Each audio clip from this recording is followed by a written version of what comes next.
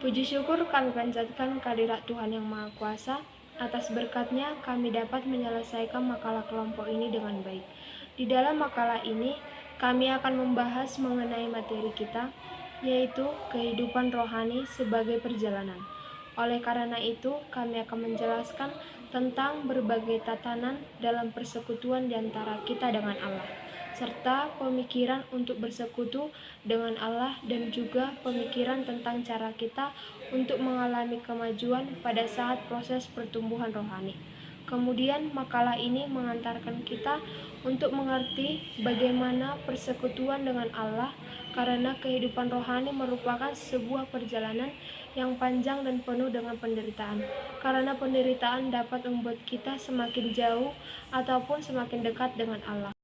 Shalom, kami dari kelompok 3 ingin mempresentasikan hasil diskusi kelompok kami. Sebelum kami mempresentasikan hasil diskusi kami, ada baiknya saya selaku moderator ingin memperkenalkan diri dan memperkenalkan teman-teman saya. Saya Lydia Kristina Stompul dengan NIM 712021-059. Adapun teman-teman saya yaitu Melson Damanik dengan NIM 712021-2424. Selanjutnya ada Juni Pak Pahan dengan NIM 712021-302. Lalu ada Junaidi dengan NIM 712021-143. Dan yang terakhir ada David Beckham dengan NIM 712021-100.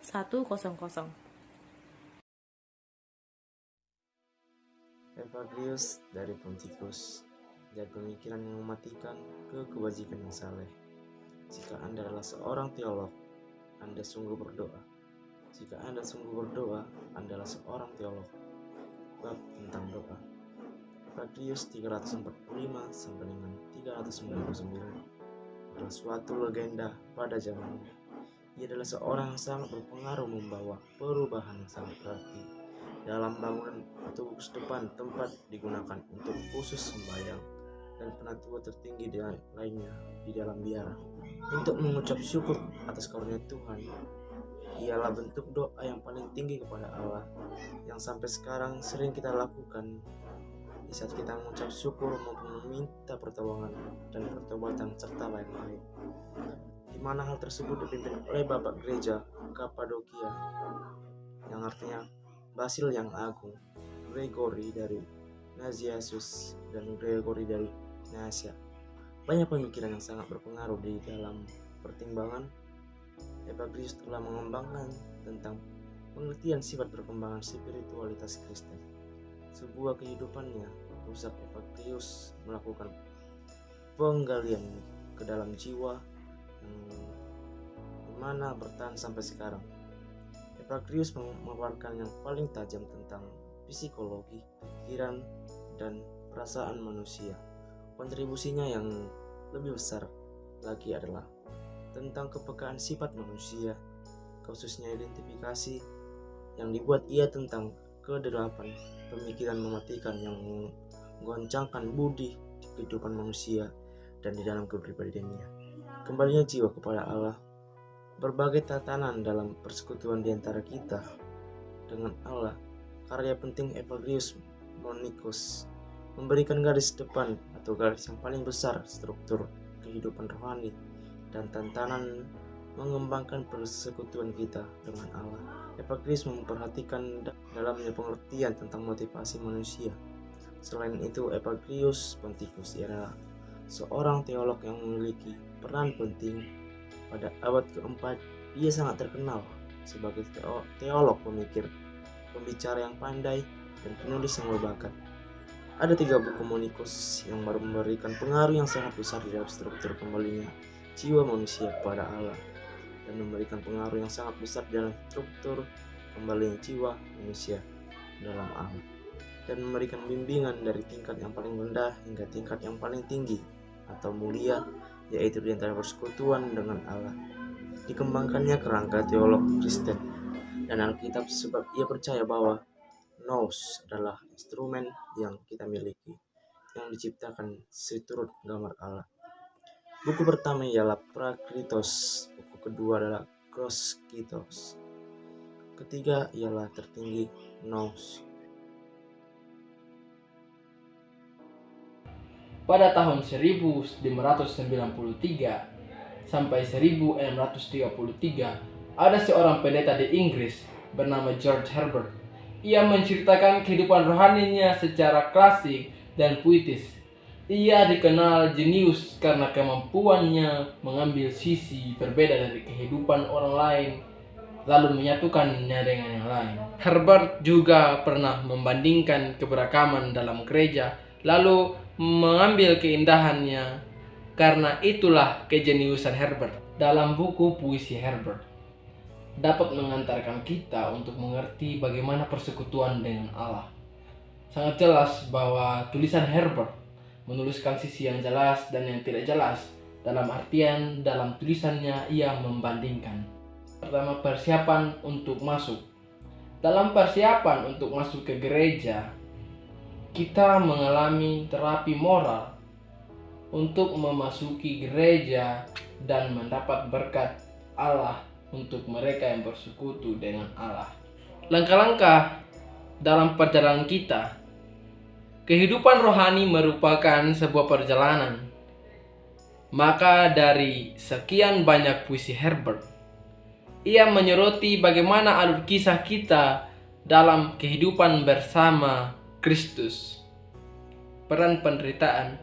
Herbert menyadari bahwa penderitaan memiliki dua sisi atau dua peran dalam kehidupan manusia. Antara lain, penderitaan bisa membuat kita dekat atau malah menjauh dari Allah.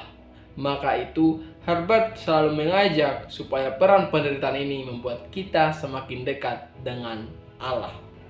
4 pilar iman Kristen. Herbert adalah orang yang kokoh imannya. Ia percaya bahwa tidak ada orang Kristen tanpa gereja. Karena menurut Herbert, gerejalah yang memperkuat Alkitab, doa, sakramen, dan tatanan kehidupan dalam gereja. Sangat jelas dan benar bahwa sekarang kita dapat melihat orang membaca Alkitab jika di gereja. Kalau hanya di rumah, hanya sebagian kecil saja yang membaca Alkitab. Begitupun dengan doa, apalagi sakramen. Karena Alkitab, doa, sakramen, dan tatanan kehidupan dalam tahun gereja menciptakan konteks untuk persekutuan dengan Allah. Maka Herbert menyadari keempat pilar itu sangat penting. Dan keempat pilar itu gerejalah yang memperkokoh. Sehingga Herbert sangat menghargai gereja. Karena tanpa gereja, keempat pilar itu akan perlahan hilang dalam kehidupan kekristenan. Gerakan ganda perjalanan kita dengan Allah. Menurut Herbert sangat dibutuhkan pembentukan rohani karena belum terbentuk 100%. Namun, harus tetap tumbuh sepanjang waktu. Artinya, walaupun pembentukan rohani sudah 100%, namun rohani harus tetap bertumbuh sepanjang waktu. Herbert menggambarkan kehidupan ini dalam dua sisi, yaitu sisi horizontal dan vertikal. Ia menggambarkan horizontal sebagai kehidupan sehari-hari dan menggambarkan kehidupan vertikal sebagai kehidupan relasi manusia dengan Allah.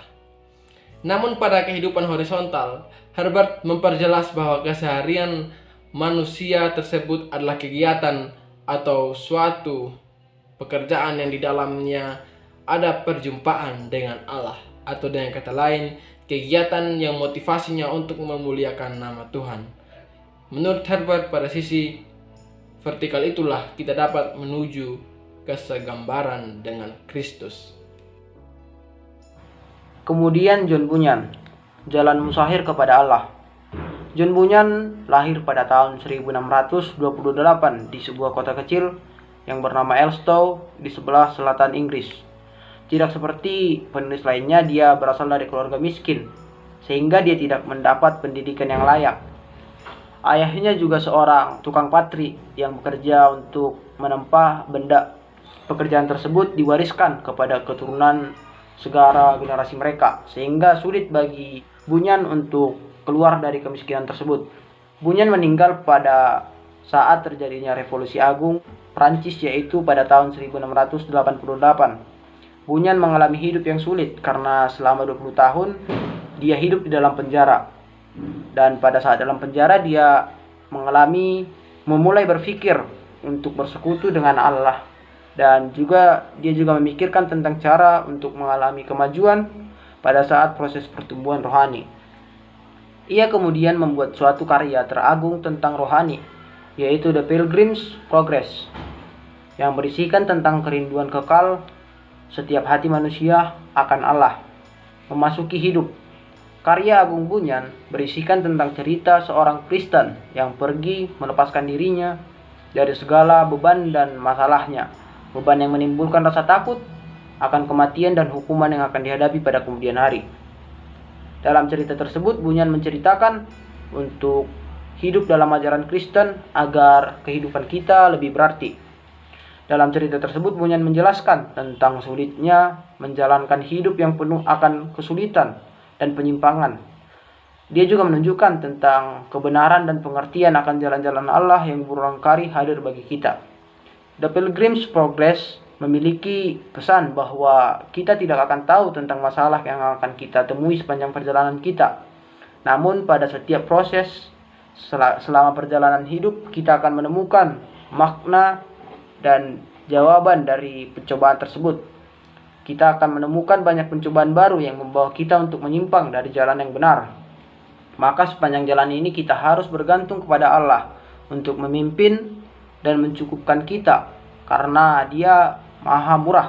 Kemudian kita mendapatkan jalan keluar dari setiap masalah kita. Pencobaan tambahan juga akan datang ketika kita mengalami penderitaan yang mendalam. Pada saat itu kita akan kehilangan kepercayaan bahwa kehidupan Kristen benar-benar ada. Dalam menghadapi pencobaan, Bunyan menuliskan tentang banyaknya pencobaan yang akan kita hadapi dari persekutuan kita kepada Allah. Kita akan dicobai untuk munafik, menghina, dan bahkan untuk melakukan kejahatan besar.